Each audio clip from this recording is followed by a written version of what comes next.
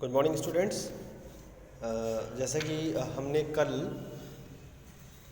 Last parts of fair play chapter पढ़ लिया था, चैप्टर कंप्लीट कर लिया था और उसके बाद हमने वर्किंग विद द टेक्स्ट में मैचिंग डिस्कस कर लिया था। नौ आज जो है हम क्वेश्चन बी डिस्कस कर रहे हैं।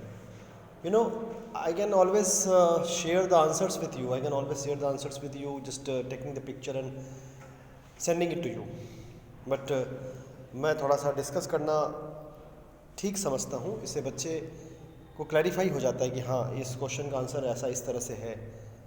थोड़ा सा डिस्कशन जो है मेरे ख्याल से बच्चे की काम की चीज़ है, इसलिए मैं थोड़ा सा क्वेश्चन आंसर डिस्कस भी करता हूँ।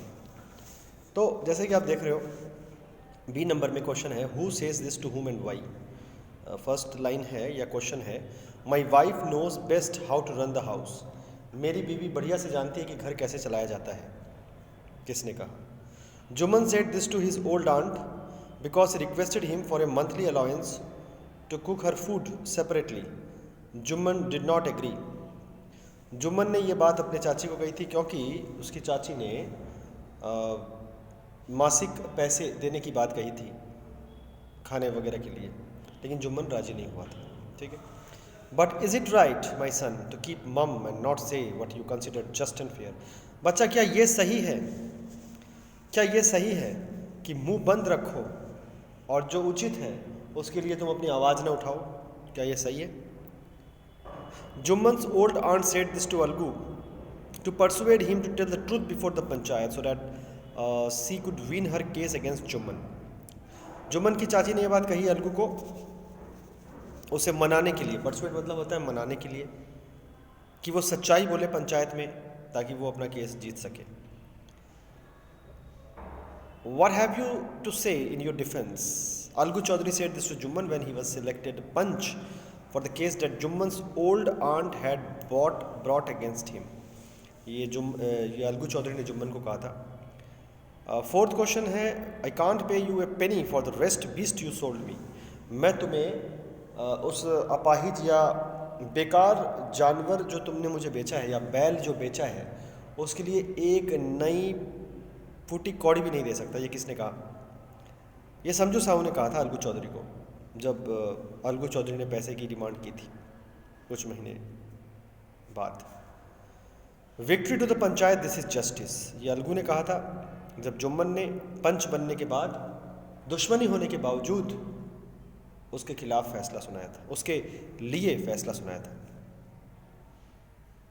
इससे ये भी साबित हुआ था कि अच्छा रिलेशन नहीं होने के बावजूद भी उसने ऐसा किया, तो ये अलगू चौधरी ने जो है कहा था। नाउ क्वेश्चन आंसर्स जो है स्टूडेंट्स, ये कितने हैं देखो, काफ़ी सारे हैं। In this chapter there are 10 questions. Actually question answers are why the question answers are given to you, why the questions has been asked to you. Questions has been asked to you just to check that whether you have understood the chapter or not. आपने chapter ठीक से समझा है कि नहीं, बस chapter की बारीकियों को आपने समझा है कि नहीं, चैप्टर को आपने ठीक से पढ़ा है कि नहीं, ये समझने के लिए ही जो है चेक किया जाता है क्वेश्चन आंसर्स। तो क्वेश्चन आंसर्स से कभी भी घबराने की कोई बात नहीं है। अगर क्वेश्चन किसी चैप्टर में 3 रहे या किसी चैप्टर में 10 रहे तो ये कोई बड़ी कोई चिंता का विषय नहीं है। डोंट थिंक दैट इस चैप्टर में क्वेश्चन कम है उसमें ज़्यादा है, that's not an issue. The point is question has been created to test that whether you have understood the chapter or not. क्योंकि मान लो आपको सपोज करो एक छोटी सी कोई कहानी सुनाई जाए, अच्छी सी कहानी सुनाई जाए, मज़ेदार कहानी सुनाई जाए, और आप उस कहानी की एक एक बात समझ चुके हो, 2 पेज की 3 पेज की कोई कहानी हो, और अब एक एक बात आप अपने मदर टंग में, हिंदी में, इंग्लिश में आप अच्छी तरह से समझ चुके हो, और समझने के बाद इतनी बढ़िया से समझ चुके हो कि कोई भी चैप्टर हम अगर एटलीस्ट 2 बार पढ़ लें, एक बार तो पढ़ना ही है, 2 बार अगर पढ़ लेते हैं तो नॉर्मली जो लैंग्वेज होता है, चाहे वो हिंदी लैंग्वेज हो चाहे इंग्लिश लैंग्वेज हो, जो टेक्सचुअल पार्ट होता है, कहानियों का हिस्सा होता है, मेरे ख्याल से वो अगर 2 बार कोई बच्चा पढ़ लेता है तो उसके दिमाग में लगभग, बच्चा अगर एवरेज भी है पढ़ाई में तो 2 बार पढ़ने से उसका दिमाग में वो कहानी फिट बैठ जाती है।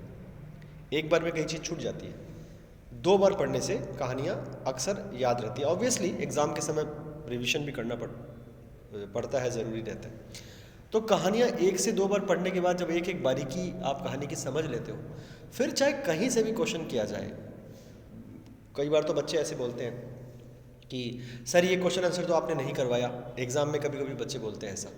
मान लो कभी हम लोग इनसाइड क्वेश्चन दे देते हैं समटाइम्स, तो बच्चे बोलते हैं ऐसा कि सर ये तो आपने इनसाइड करवाया नहीं। ऐसा नहीं है, इनसाइड दो, आउटसाइड दो, टेक्सचुअल क्वेश्चन उठा के दें। फॉर एग्जांपल आप में से कुछ बच्चों के पास अगर एडवाइज़र होगी तो एडवाइज़र में आप देखोगे कि बहुत सारे एडिशनल क्वेश्चंस दिए हुए हैं। वो कोई कठिन नहीं है, वो बस उसी चैप्टर से कुछ नए क्वेश्चंस बनाए गए हैं और उनके आंसर्स दिए गए हैं। हो सकता है टेक्सचुअल क्वेश्चंस में वो क्वेश्चंस ऑब्वियसली नहीं होंगे, तो अलग से जो है जो पब्लिशर है उन्होंने क्वेश्चंस क्रिएट किए और उनके आंसर्स दिए। ठीक है।